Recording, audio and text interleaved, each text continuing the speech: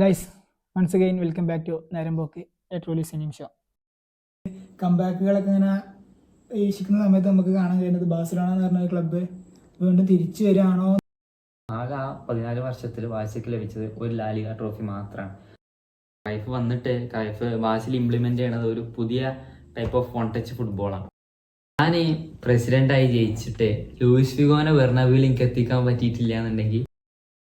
അപ്പോൾ നമ്മൾ ഇതുവരെ ബാസിനെ പറ്റിയും അതുപോലെ തന്നെ 2003 വരെയുള്ള ബാഴ്സലോണയെ പറ്റി നമ്മൾ സംസാരിച്ചു. പക്ഷേ അതുവരെയുള്ള കാര്യങ്ങളെന്ന് വെച്ച് കഴിഞ്ഞാൽ വാൻകാല് പോകുന്നുണ്ട്, പതറ്റിക് സിറ്റുവേഷനാണ് കാര്യങ്ങളൊക്കെ. അപ്പോൾ അങ്ങനെ ഒരു റൈക്കാർഡിനെ കോച്ചായിട്ട് കൊണ്ടുവരികയാണ്. റൈക്കാർഡിനെ കോച്ചായിട്ട് കൊണ്ടുവരുന്ന സാഹചര്യത്തിൽ കുറേ പ്ലേയേഴ്സിന് സൈൻ ചെയ്യുന്നുണ്ട്.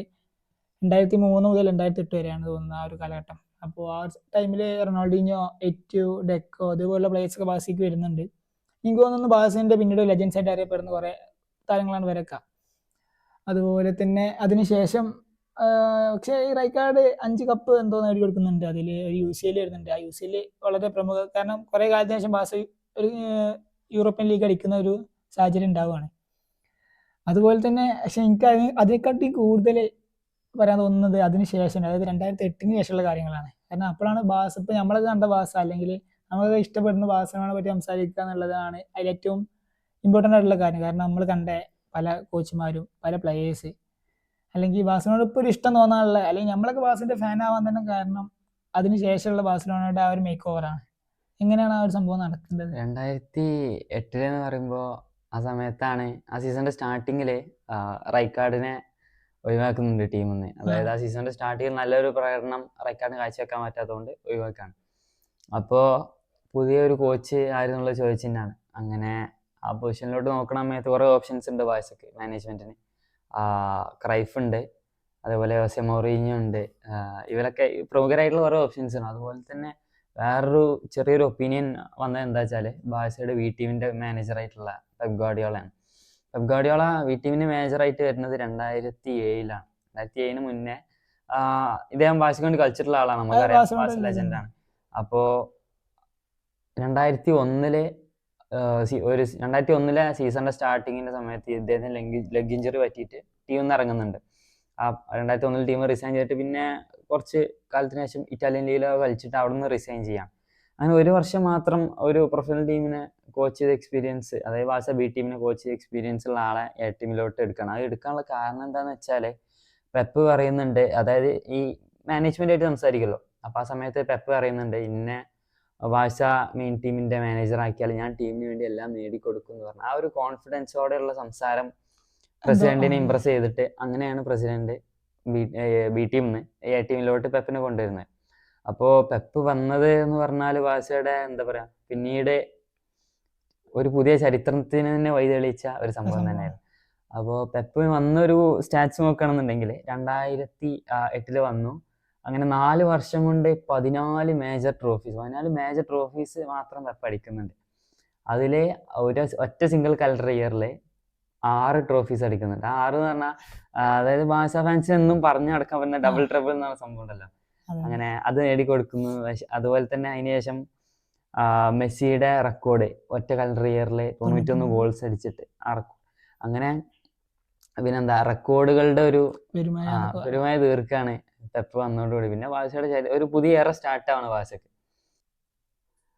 അങ്ങനെ പെപ്പിന്റെ ഒരു കളിശൈലി നോക്കുകയാണെന്നുണ്ടെങ്കിൽ 2008-09 സീസൺ, അതായത് പെപ്പിന്റെ സ്റ്റാർട്ടിങ് സീസൺ, ആ സീസണിൽ അദ്ദേഹം തന്നെ ടീമിലോട്ട് എത്തിച്ചത് ക്രൈഫാണല്ലോ പ്ലെയർ ആയിട്ട്.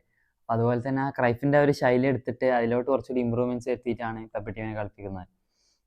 കളിയുടെ സീസണിന്റെ സ്റ്റാർട്ടിങ്ങിൽ 3-4-3 എന്ന ഫോർമേഷനിലും പിന്നെ അത് മാറ്റി 4-3-3 കൊണ്ടുവരാണ് പെപ്പ്. അത് നോക്കുകയാണെന്നുണ്ടെങ്കിൽ ആ സീസണിലെ ആദ്യത്തെ 2 കളി പെപ്പ് വന്ന, അത് പെപ്പ് പ്രൊഫഷണൽ ടീമിന്റെ തുടക്കത്തിൽ വന്നിട്ട് ആദ്യത്തെ 2 കളിയിൽ ഫസ്റ്റ് മാച്ച് തോൽക്കാണ്, രണ്ടാമത്തെ മാച്ച് സമനിലയാണ്. അപ്പോൾ ഇതൊക്കെ ഒരു എക്സ്പീരിയൻസ് കുറഞ്ഞ കോച്ചിനെ ടീമിലോട്ട് എടുക്കുമ്പോൾ ഇങ്ങനൊക്കെ തന്നെയാണെന്ന് ഒരുപാട് പേര് ക്രിട്ടിസൈസ് ചെയ്യുന്നുണ്ട്. പക്ഷെ അതിനൊക്കെ മറുപടി ആയിട്ട് ഫസ്റ്റ് എൽ ക്ലാസിക്ക് വരുന്ന സമയത്ത് 6-2 പെപ്പ് റയൽ മാഡ്രിഡിനെ തോൽപ്പിക്കുന്നുണ്ട്. അങ്ങനെ ആ സീസണിൽ 9 പോയിന്റ് ലീഡോടുകൂടി ബാഴ്സ ലാലിഗ കപ്പ് അടിക്കുന്നുണ്ട്. ആ സീസണിൽ ടീം നോക്കുകയാണെന്നുണ്ടെങ്കിൽ വളരെ വലിയൊരു ടീം തന്നെയാണ് ബാഴ്സ. തിയറി ഹെൻറി ഉണ്ട്, മെസ്സി ഉണ്ട്, എറ്റോ ഉണ്ട്, സാവി, ഇനിയസ്റ്റ, കീപ്പറായിട്ട് വാൽഡസ് ഉണ്ട്, പുയോൾ ഉണ്ട്, പിക്കെ ഉണ്ട്. അങ്ങനെ വമ്പൻ താരസമ്പന്നമാണ്. താരസമ്പന്നം തന്നെയാണ് ആ സമയത്തുള്ള ബാഴ്സിൻ്റെ ടീം എന്ന് പറഞ്ഞത്. അങ്ങനെ ബാഴ്സയുടെ പെപ്പിൻ്റെ ഫസ്റ്റ് സീസണിൽ തന്നെ ഒരു ട്രിബിൾ അടിക്കുന്നുണ്ട്. നമ്മൾ പറഞ്ഞ പോലെ ഫസ്റ്റ് 50 പോയിന്റ് ലീഡിൽ ലാലിഗ കപ്പ് അടിക്കുന്നുണ്ട്. അതിൻ്റെ ശേഷം കോപ്പ ഡെൽ റേ അടിച്ചു, അതിൻ്റെ ശേഷം ഒരു UCL അടിച്ചു. അങ്ങനെ ഈ 3 കപ്പ് അടിച്ചിട്ട് ഫസ്റ്റ് ട്രിബിൾ വന്ന സീസണിൽ തന്നെ ഫസ്റ്റ് ട്രിബിൾ അടിക്കുകയാണ്. അങ്ങനെ ആ സെയിം കലണ്ടർ ഇയറിൽ തന്നെ അടുത്ത ട്രിബിളും കൂടി അടിക്കുകയാണ്. യുഎഫ സൂപ്പർ കോപ്പ ഡി എസ്പാനിയ, അതേപോലെ ക്ലബ് വേൾഡ് കപ്പും യുഎഫ സൂപ്പർ കപ്പും, ഈ 3 കപ്പ് അടിച്ചിട്ട് അടുത്ത ട്രിബിൾ അടിക്കണം. അങ്ങനെ മൊത്തം ആ ഒറ്റ കലണ്ടർ ഇയറിൽ തന്നെ 2 ട്രിബിൾ അടിച്ചിട്ട് ഡബിൾ ട്രിബിൾ അടിച്ചിട്ട് എന്നും പറയാൻ പറ്റുന്ന രീതിയിൽ ആ രീതിയിലൊരു ടീമിനെ ഉയർത്തിയെടുക്കുകയാണ് പെപ്പ്. അന്നത്തെ സമയത്ത് ബാഴ്സ എന്ന് പറഞ്ഞാൽ ആ ക്ലബ് എന്നതിലുപരി നാഷണൽ ടീമിൽ, അതായത് സ്പാനിഷ് നാഷണൽ ടീമിനെ എന്താ പറയുക, ഒരുപാട് ഹെൽപ്പ് ചെയ്തിട്ടുണ്ട് തന്നെ പറയാം. അത് ബാഴ്സ പ്ലേസിന് ഇമ്പാക്റ്റ് ഭയങ്കരമാണ്. നോക്കുകയാണെന്നുണ്ടെങ്കിൽ 2010 വേൾഡ് കപ്പിൽ സ്പെയിൻ ആദ്യമായിട്ട് വേൾഡ് കപ്പ് അടിക്കുന്നുണ്ടല്ലോ. അപ്പോൾ അന്നത്തെ ബാഴ്സയ്ക്ക് വേണ്ടി സ്പെയിനിന് വേണ്ടി ഗോൾ അടിക്കുന്നത് ഇനിയസ്റ്റയാണ്, മാൻ ഓഫ് ദ മാച്ച് ഇനിയസ്റ്റയാണ്. പക്ഷെ ഇതിലെല്ലാം ഉപരി അന്നത്തെ സ്പെയിനിന്റെ സ്റ്റാർട്ടിംഗ് 11 നോക്കുകയാണെങ്കിൽ സ്റ്റാർട്ടിംഗ് 11 മാത്രം 7 ബാഴ്സയിലത്തെ പ്ലേയേഴ്സ് ഉണ്ട് എന്നുള്ളതാണ്. പിന്നെ സബിലും റിസർവിലും വേറെ പ്ലേയേഴ്സ് ഉണ്ട്. പക്ഷേ സ്റ്റാർട്ടിംഗ് 11 മാത്രം 7 പ്ലേയേഴ്സ് ബാഴ്സയുന്നുണ്ട്. അതായത് ബാഴ്സയുടെ ആ ഒരു കളിശൈലി സ്പെയിന് വളരെയധികം ഉപകാരപ്പെട്ടിരുന്നു തന്നെ പറയാം. അതുപോലെ തന്നെ ഇവര് വാശി കളിച്ച ആ സിംഗിൾ ഉള്ളതുകൊണ്ട് സ്പെയിനിന് ആ വേൾഡ് കപ്പ് എന്താ പറയാ സുഖമായിട്ട് അടിക്കാൻ പറ്റിയെന്ന് പറയാം. അതായത് ഒരു മിഡ്ഫീൽഡ് ഒക്കെ, അതായത് ഇനിയസ്റ്റ, സാവി, ഈ ബിസ്കറ്റ്സ് ആയാലും അല്ലെങ്കിൽ അങ്ങനത്തെ പ്ലേയേഴ്സിന്റെ ഒരു മിഡ്ഫീൽഡ്, സാബി അലോൺസോ ഒക്കെ റയലിലായിരുന്നു അന്ന് ആ ടൈമിൽ. എന്നാലും ആ ഒരു കോർ, അതെ, വാഴ്സയുടെ പ്ലേയേഴ്സിൽ നിന്ന് കിട്ടിയോണ്ട് തന്നെ ആ വേൾഡ് കപ്പ് സ്പെയിനിന് അടിക്കാൻ പറ്റി.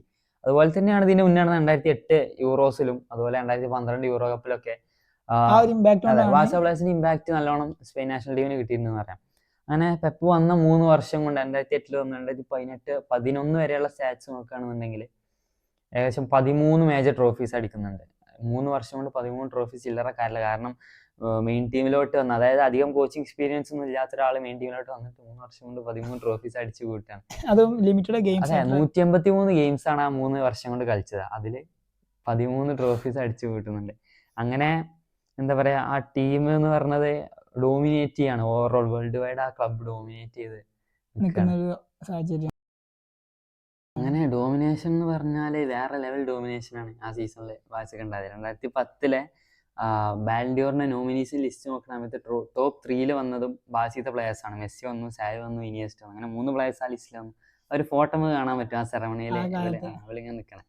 അപ്പോൾ ബാഴ്സയുടെ ചരിത്രത്തിൽ എഴുതപ്പെട്ട ഒരു സീസൺ തന്നെയാണെന്ന് പറയാം. അങ്ങനെ ആ സീസണിൽ തന്നെയാണ്, അതായത് 2010 സീസണിലാണ് മൗറീഞ്ഞോ മാഡ്രിഡിലോട്ട് വരുന്നത്.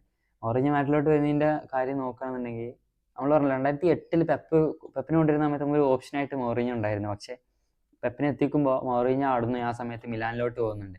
അങ്ങനെ മിലാനിലോട്ട് പോയിട്ട് 2010 UCL അടിച്ചിട്ട് മൗറീഞ്ഞോ അങ്ങനെ മാഡ്രിഡിലോട്ട് വരികയാണ്. മാഡ്രിഡിലോട്ട് വന്നിട്ട് ഇവർ രണ്ടാളും തമ്മിലുള്ള ഹെഡ് ടു ഹെഡ് സ്റ്റാറ്റ്സ് നോക്കുന്ന സമയത്ത് പെപ്പും മൗറീഞ്ഞോയും തമ്മിലുള്ള 4 ഡ്രോസ് 2 ടീമുകളും കളിച്ച സമയത്ത് ഉണ്ട് എന്നുള്ളതാണ്. അത് 2 ടീമിൻ്റെയും ശക്തി അത്രത്തോളം ആണെന്നുള്ളത് സൂചിപ്പിക്കുന്നുണ്ട്. പക്ഷേ മറ്റു കാര്യം എന്താ വെച്ചാൽ തോൽവിയും ജയം നോക്കുകയാണെന്നുണ്ടെങ്കിൽ 2 ജയം മൗറീഞ്ഞോ കൊണ്ടുപോയപ്പോൾ 5 കളികൾ പെപ്പ് ജയിച്ചിട്ടുണ്ട് എന്നുള്ളതാണ് എൽ ക്ലാസിക്കോയിൽ.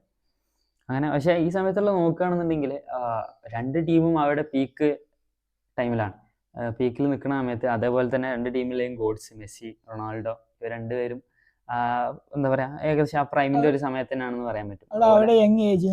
അതാ കടന്ന് വന്ന് കത്തി നിൽക്കുന്ന സമയം ഉണ്ടല്ലോ, അവിടെയാണ്. അങ്ങനെ അതുപോലെ തന്നെ മൗറീഞ്ഞോ ആണ്, പെപ്പാണ് അപ്പുറത്ത്. അങ്ങനെ 2 ബെസ്റ്റ് മാനേജേഴ്സ് തമ്മിലുള്ള ഫൈറ്റാണ്. അങ്ങനെ അതിനുശേഷം 2011-12 സീസണിലെ ഗ്രേറ്റസ്റ്റ് സിംഗുലർ സീസൺ എന്നറിയപ്പെടുന്ന മെസ്സിയുടെ സീസൺ ഉണ്ട്. അതുപോലെ തന്നെയാണ്. പക്ഷേ മറ്റു കാര്യം എന്താ വെച്ചാൽ മെസ്സി ഇങ്ങനെയൊക്കെ പെർഫോമൻസ് കാഴ്ചവെച്ചെങ്കിലും ആ സീസണിലെ ബാഴ്സയ്ക്ക് ലാലിഗ കപ്പ് കിട്ടിയിട്ടില്ല എന്നുള്ളതാണ്. ആ സെയിം സീസണിലാണ് മാഡ്രിഡ് റെക്കോർഡ് ഇട്ടിട്ട് 100 പോയിന്റ് അടിച്ചിട്ട് ലീഗ് കപ്പ് അടിക്കുന്നുണ്ട് മാഡ്രിഡ്. അങ്ങനെ ആ സീസണിൽ ബാഴ്സ ലീഗ് കപ്പ് കിട്ടാതെ തോറ്റു പോകുന്നത്. അങ്ങനെ അതിൻ്റെ ശേഷം പെപ്പ് പിന്നീട് റെസിഗ്നേഷനാണ് പെപ്പ് പറയുന്നുണ്ട് 4 വർഷം ബാഴ്സയുടെ മാനേജറായിട്ടിരുന്നത് ഒരു വലിയ കാര്യം തന്നെയാണ്.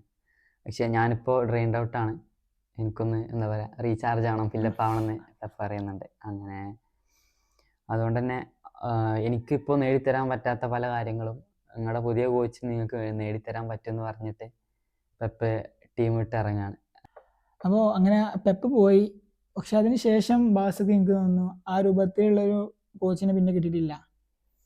പല കോച്ചുമാർ വരുന്നുണ്ട്, ബാഴ്സ ലാലിഗ അടിക്കുന്നുണ്ട്, അതുപോലെ ഇങ്ങനെ ഒരു ഒരു ആവറേജ് പെർഫോമൻസ് ആയിട്ട് ഇങ്ങനെ പോവുകയാണ്. പക്ഷേ ബാഴ്സ എന്ന് പറയുമ്പോൾ സംതിങ് സ്പെഷ്യലാണ് എപ്പോഴും. സോ കുറച്ചും കൂടി കൂടുതലായിട്ട് എന്തെങ്കിലും വേണമെന്നുണ്ടെങ്കിൽ, അല്ലെങ്കിൽ UCL അടിക്കണം എന്നുണ്ടെങ്കിൽ കുറച്ചും കൂടി ബെറ്റർ ആയിട്ടുള്ള ഒരു കോച്ച് വേണമെന്നുള്ളൊരു സാഹചര്യത്തിലാണ് ലൂയിസ് എൻറിക്കോനെ 2014 സീസണിൽ കൊണ്ടുവരുന്നത്. പിന്നീട് എനിക്ക് തോന്നുന്നു പെപ്പിനോളം അല്ലെങ്കിൽ പോലും ഏകദേശം ആ ഒരു രൂപത്തിൽ പെർഫോമൻസ് കാഴ്ചവെക്കാൻ, അല്ലെങ്കിൽ ക്ലബിൻ്റെ ഫാൻസിനെ സാറ്റിസ്ഫൈ ചെയ്യാനും പോകുന്ന ഒരു പെർഫോമൻസ് കാഴ്ചവെച്ച ആ കോച്ചിങ്ങിൽ പെർഫോമൻസ് കാഴ്ചവെച്ചത് എനിക്ക് തോന്നുന്നു ലൂയിസ് എൻറിക്കോ എന്നുള്ള ഒരു കോച്ച് തന്നെയാണ്. അന്ന് ലൂയിസ് എൻറിക്കോ വരുന്ന സാഹചര്യത്തിൽ അന്ന് പല പ്ലേയേഴ്സും പോവുകയാണ്. അതായത് സാവി, ഇനിയസ്റ്റ്, അവരൊക്കെ അതിൻ്റെ ഒരു അവരുടെ കരിയറിന്റെ അവസാനത്തിലാണല്ലോ. അതെ, അപ്പോൾ എങ്ങനെയാലും പഴയ പെർഫോമൻസ് അവർക്ക് കാഴ്ചവെക്കാൻ പറ്റൂല. അങ്ങനെ അവർ ആ ടീമിൽ ഒരു ഇറങ്ങുന്നുണ്ട്. ആ ഒരു പ്രതിസന്ധി എന്ന് പറയുന്നത് ഘട്ടമുണ്ട്. അതുപോലെ തന്നെ ഇയാൾ വന്നിട്ട് തന്നെ കുറേ സൈനിങ് നടത്തുന്നുണ്ട്. എനിക്ക് തോന്നുന്നു നമ്മളെ ഇപ്പോഴത്തെ കീപ്പറായിട്ടുള്ള ടെർ സ്റ്റീഗൻ, അതുപോലെ തന്നെ റാക്കിറ്റിച്ച്, ഇങ്ങനെ ഉമിറ്റിറ്റി, ഇങ്ങനത്തെ അന്നത്തെ ആ ഒരു കോർ ടീമിൽ കുറേ പ്ലേയേഴ്സിനെ ഇയാൾ സൈൻ ചെയ്ത് കൊണ്ടുവരുന്നുണ്ട്. ആ ഒരു കാലഘട്ടത്തിൽ MSN എന്ന ട്രിയോ ഉണ്ടാവുന്നത് എനിക്ക് തോന്നുന്നു ബാസിൻ്റെ ഏറ്റവും മികച്ച ട്രിയോ, അല്ലെങ്കിൽ ലോകത്തിൽ തന്നെ ഏറ്റവും ബെസ്റ്റ് ട്രിയോ എന്ന് വേണമെങ്കിൽ പറയാൻ പറ്റുന്ന രൂപത്തിലുള്ള ട്രിയോ ആണ് മെസ്സി, നെയ്മർ, സുവാരസ് എന്ന് പറയുന്നത്. കാരണം ആ ഒരു 3 രാജ്യത്തിൻ്റെ ഐക്കൺ പ്ലേയേഴ്സ് ഒരുമിച്ച് കൂടുന്നൊരു സിറ്റുവേഷൻ അന്ന് ബാസ് എന്ന് പറഞ്ഞാൽ ആ ഒരു ബാസിൻ്റെ ടീമിനെ കാണുമ്പോൾ തന്നെ പേടി ചെയ്യുന്ന രൂപത്തിലാണ്. കാരണം അത്രയും ഈ മെസ്സി, നെയ്മർ ഇവർക്ക് ഇൻഡിവിജ്വൽ ടാലൻറ്റും ഉണ്ട്, അതുപോലെ തന്നെ ഇവർ ഒന്നിച്ചാൽ അതിന് കാട്ടി. അപ്പോൾ അങ്ങനെ ഒരു ആ ഒരു MSN ട്രിയോ എന്ന് ഓർമ്മ വരുമ്പോൾ തന്നെ എനിക്ക് ഫസ്റ്റ് ഓർമ്മ വരിക ആ ഒരു UCL ഒരു കംബാക്ക് ഉണ്ട്, PSG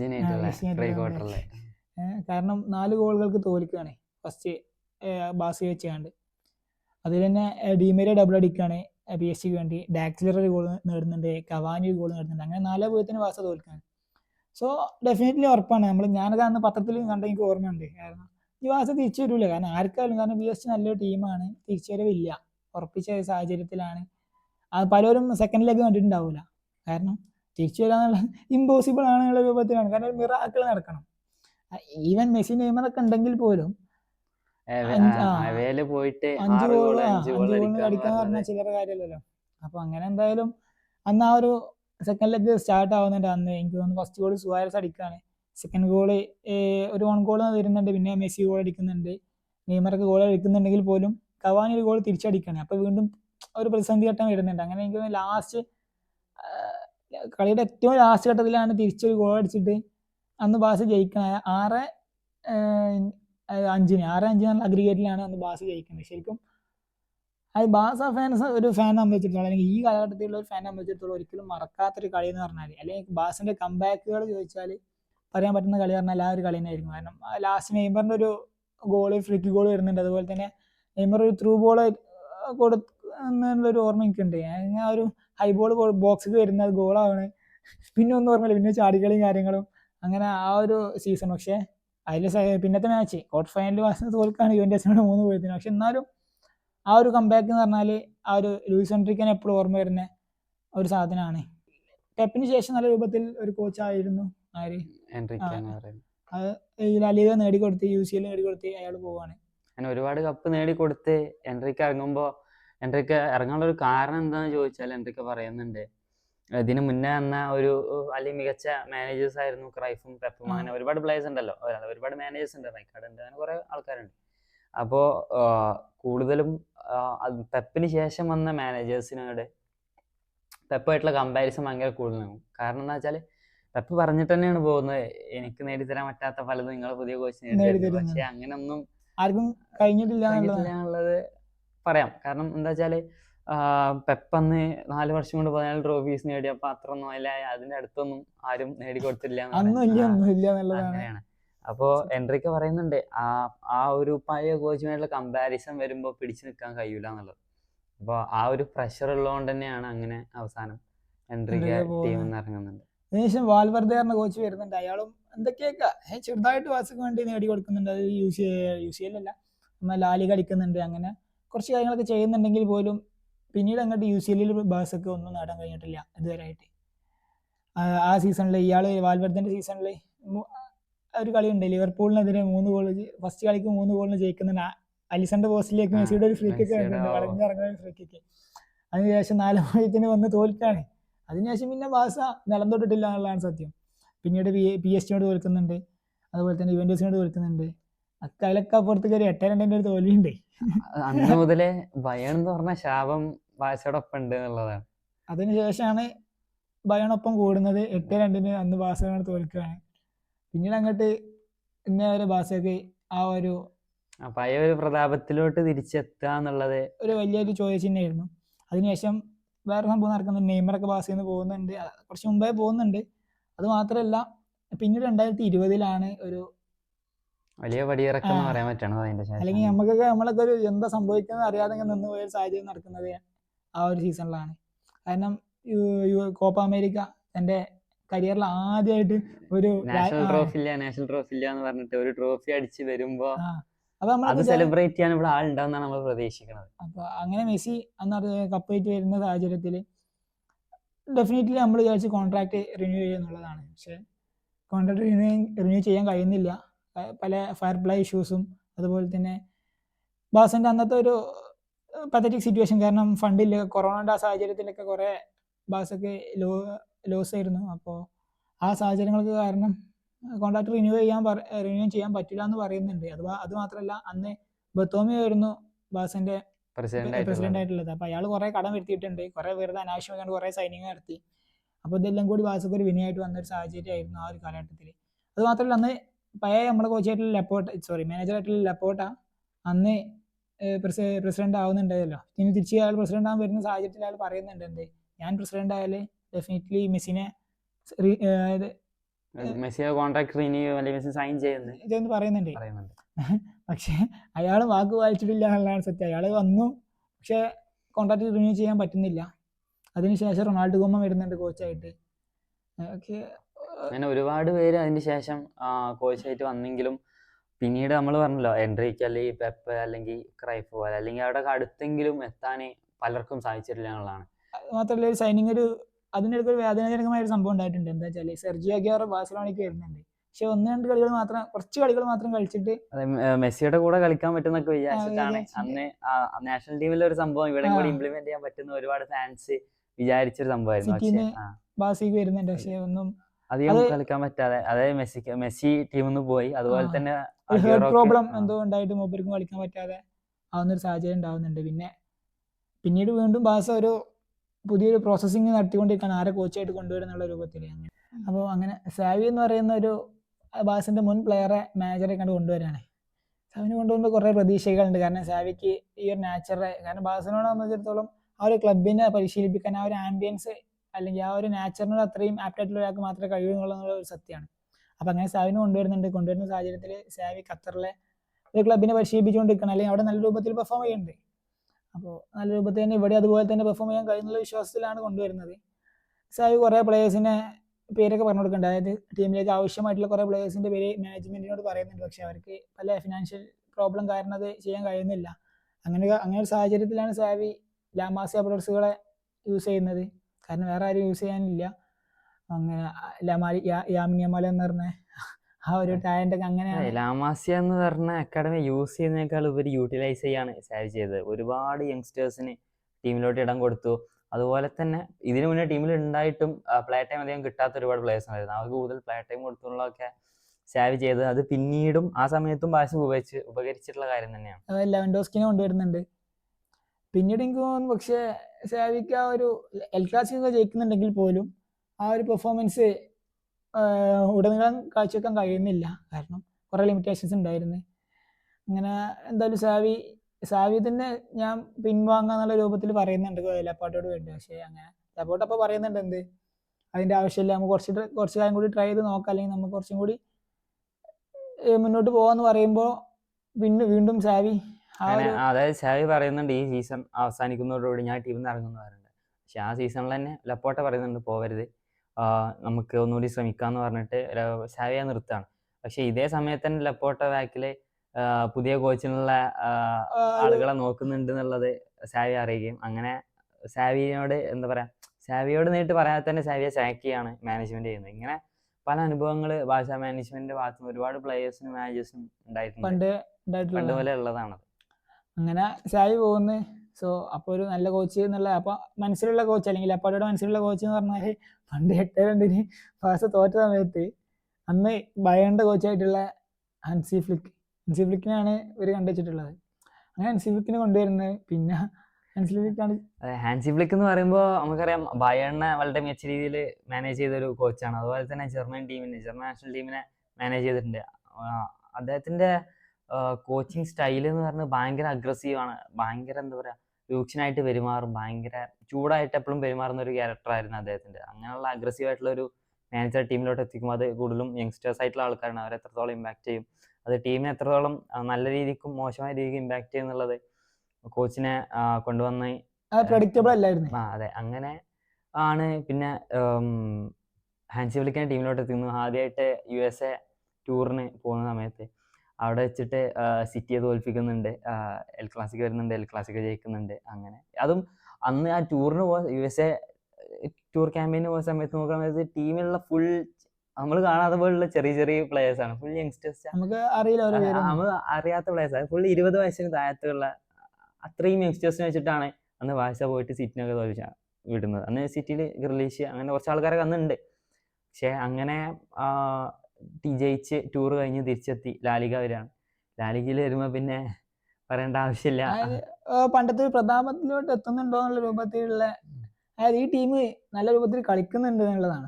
ബാഴ്സ അതായത് കളി നോക്കുന്ന സമയത്ത് ജയിക്കണ എല്ലാ കളികളിലും 4-5 ഗോൾക്ക് മിനിമം 4 ഗോൾ അടിക്കാതെ കളി തീർക്കില്ല. അങ്ങനെ ഭയങ്കര എന്താ പറയാ അറ്റാക്ക് ചെയ്ത് കളിക്കുന്ന ഒരു കളി നമ്മൾ കണ്ടു. അതായത് അതുവരെ ഒരു ടിക്കിറ്റാക്ക ശൈലിയിൽ ഇങ്ങനെ ചെറിയ പാസുകളായിട്ട് പോകുന്ന ബാഴ്സ. അത് നമ്മൾ കണ്ടല്ലോ, ക്രൈഫ് വന്നപ്പോഴും പെപ്പ് വന്നപ്പോഴും അതിന്റെ ഷെൻറിക്ക് വന്നപ്പോഴും ലാസ്റ്റ് സാവി വന്നപ്പോ വരെ ആ ക്രൈഫ് മുതൽ ഉണ്ടാക്കിയ ടിക്കിറ്റാക്കിന്ന് ഒരു ചെറിയ ഭാഗം എടുത്ത് അതിന് ഇമ്പ്രൂവ് ചെയ്താണ് ചെയ്തത്. പക്ഷെ ഫ്ലിക്ക് വന്നതോടുകൂടി ഫുള്ളി ഒരു എൻ്റെ പുതിയ ഒരു എന്താ പറയാ പ്ലേയിങ് സ്റ്റൈലാണ് വന്നത്. സ്പീഡ് ഗെയിമാണ് ഇപ്പൊ. ഈവൻ അതുപോലെ തന്നെ റഫീഞ്ഞ പറഞ്ഞൊരു പ്ലെയർ വരുന്നുണ്ട്. പിന്നീട് ഇപ്പൊ തോന്നുന്നു ഇപ്പൊ ബാഴ്സലോണക്കാർക്കൊക്കെ റഫീഞ്ഞ ഹൃദയത്തിലാണ്. നെയ്മറിന്റെ അച്ഛൻ അതാണ് ഇപ്പൊ റഫീഞ്ഞ എന്നുള്ള പ്ലെയർ. നമ്മള് പിന്നെ പറഞ്ഞല്ലോ ബ്രസീലിയൻ പ്ലേയേഴ്സ് എപ്പോഴും ബാഴ്സയിൽ ഉണ്ടാക്കുന്ന ഇമ്പാക്ട്, അതിന്റെ ഏറ്റവും ലാസ്റ്റ് ഉദാഹരണം എന്ന് പറഞ്ഞാൽ റഫീഞ്ഞയാണ്. അതുപോലെ തന്നെ ബാഴ്സ നല്ല രൂപത്തില് UCL ആയാലും ഇപ്പോ 3-ാം സ്ഥാനത്ത് 5 മാച്ച് കഴിഞ്ഞല്ലോ, നല്ല രൂപത്തിൽ പെർഫോം ചെയ്യുന്നുണ്ട്. ക്ലബ് ലാലിഗയിലായാലും ടോപ്പർ തന്നെയാണ്. പക്ഷെ ഫാൻസിനും ടീമിനും ഏറ്റവും കൂടുതൽ ഇഷ്ടപ്പെട്ട കാര്യം അല്ലെങ്കിൽ മനസ്സിൽ ഇപ്പോഴും കൊണ്ടു നടക്കാവുന്ന കാര്യം എന്ന് പറഞ്ഞാല് റയലിനെ തോൽപ്പിച്ചതും അതുപോലെ തന്നെ ബയേണിനെ വർഷങ്ങൾക്ക് ശേഷം 4-0 ബയേണിനെ തോൽപ്പിക്കുന്നുണ്ട്. അതുപോലെ തന്നെ 4-0 എൽ ക്ലാസിക്കോ ജയിക്കുന്നുണ്ട് അന്ന് ബെർണബ്യൂവിൽ പോയിട്ട്. അത് ഭയങ്കര എന്താ പറയാ കുറെ കാലങ്ങൾക്ക് ശേഷം ബാഴ്സ ഒരു പുതിയ ചരിത്രം സൃഷ്ടിക്കുകയാണ് എന്നുള്ളതാണ്. അതായത് തിരിച്ചുവരവിന്റെ പാതയിൽ നമ്മൾ ആദ്യം ചോദിച്ചാൽ ഈ പ്രഭാതത്തിൽ ബാഴ്സ വിശ്വസിക്കുന്നു എന്ന് ചോദിച്ചതിനുള്ള കാര്യം എന്ന് പറഞ്ഞാല് ഇപ്പോ ആ രൂപത്തിലാണ് ബാഴ്സന്റെ കളി. അപ്പോ എനിക്ക് തോന്നുന്നു പ്രതീക്ഷ ഒക്കെ ഈ ടീമിൽ എന്നുള്ളത് തന്നെയാണ്. കാരണം അത്യാവശ്യം നല്ല രീതിയിൽ കളിക്കാൻ പറ്റുന്നുണ്ട്. പുതിയ നല്ല സൈനിങ്സ് ഒരുപാട് നടത്തിയല്ലോ ഹാൻസി ഫ്ലിക്ക്. ഓൾമോയെ കൊണ്ടുവന്നു. അതുപോലെ അത് അറ്റാക്കിംഗ് മിഡ്ഫീൽഡിൽ ഒരുപാട് ചേഞ്ചസ് വരുത്തി. അതുപോലെ തന്നെ സാവിയാണ് കസാഡയെ ടീമിൽ എത്തിച്ചത്, കസാഡ മെയിൻ ടീം എടുത്തു. പിന്നെ ഏറ്റവും കൂടുതൽ ഇമ്പോർട്ടന്റ് ആയിട്ട് പറഞ്ഞ കാര്യം കുബാർസി വന്നു സെന്റർ ബാക്ക് ആയിട്ട്. കുബാർസി അങ്ങനെ ആ ഒരു കളിശൈലി എന്ന് പറഞ്ഞാൽ ഭയങ്കര ഹൈലൈൻ ആയിട്ട് കളിച്ച് പന്ത് എങ്ങനെ കണ്ടു പോയാലും ഗോൾ അടിച്ചാൽ പോലും അപ്പോഴായാലും റെഫറി ഫ്ലാഗ് നോക്കിയിട്ട് ഓഫ് സൈഡ് പറഞ്ഞില്ല. ഭയങ്കര ഹൈലൈൻ കളി കളിക്കൽ. ആ ഒരു സംഭവം ഓർമ്മ. അതായത് അന്നത്തെ സ്റ്റാറ്റ്സ് നോക്കാണ്ട് മൊത്തം 12-13 എന്തോ ഓഫ് സൈഡ് റയൽ മാഡ്രിഡ് എടുത്തിട്ടുണ്ട് എന്നുള്ളതാണ്. അതിൽ 8-9 എംബപ്പേ എന്നുള്ളതാണ്. അതായത് അത്രയും ഹൈലൈൻ ആയിട്ട് പ്രസ് ചെയ്ത് കളിക്കുന്ന ഒരു ടീമായിരുന്നു ബാഴ്സ ആ സമയത്ത്. ഇപ്പോഴും ആ ഒരു ഡിഫറെന്റ് പ്ലേയിങ് സ്റ്റൈലാണ് ബാഴ്സ കീപ്പ് ചെയ്യുന്നത്. അപ്പോൾ ബാഴ്സ ഈ പ്രഭാതത്തിൽ വിശ്വസിക്കുന്നു എന്നുള്ളത് തന്നെയാണ് സത്യം. കഴിഞ്ഞപ്പോൾ 125 വർഷമായി ബാഴ്സ എന്ന് പറഞ്ഞ ക്ലബ്ബ് രൂപീകരിച്ചിട്ട് 125 വാർഷികം ആഘോഷിച്ചുകൊണ്ടിരിക്കുകയാണ്. അപ്പോൾ ബാഴ്സക്ക് ഇതുപോലെ തന്നെ നല്ല രൂപത്തിൽ പെർഫോം ചെയ്ത് മുന്നോട്ട് പോകാൻ കഴിയട്ടെ എന്ന് ആഗ്രഹിക്കുകയാണ്. So thank you for tuning in.